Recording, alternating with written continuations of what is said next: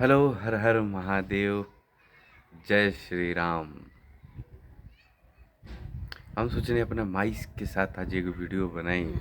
माई कहते कि नहा धो के सुंदर होके आइए तो वीडियो बनी। हम कहने ऐसा रूप का खराब लागत है। हम तो लड़का नहीं की लागत। आज हमारे माई से को सवाल बा। अभी वीडियो नहीं के देखा माई कही तो भी माई के संगे वीडियो बने। माई का बिना नहैले धोइले हम तो लड़का ना लगे नहीं। हाँ बताओ।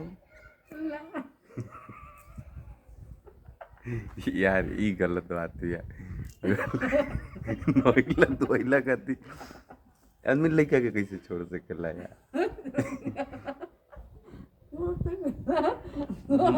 मुंह तो पता।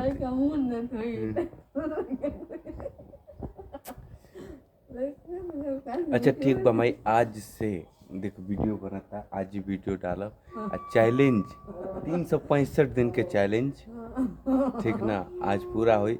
हमारे यूट्यूब चैनल पर जितना भी बाढ़े मतलब ऐसे सब्सक्राइब कर लो हमारे चैनल के वीडियो माई मुँह तोपले भी आवे फिलहाल 365 दिन यानी कि रोज एगो वीडियो हम माई के संगे बना के डालब जब तक से माई अपना मन से दिल से अपना मन से माई जब तक से पर्दा ना हटाए ठीक ना।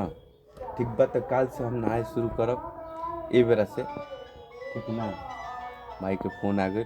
जय श्री राम।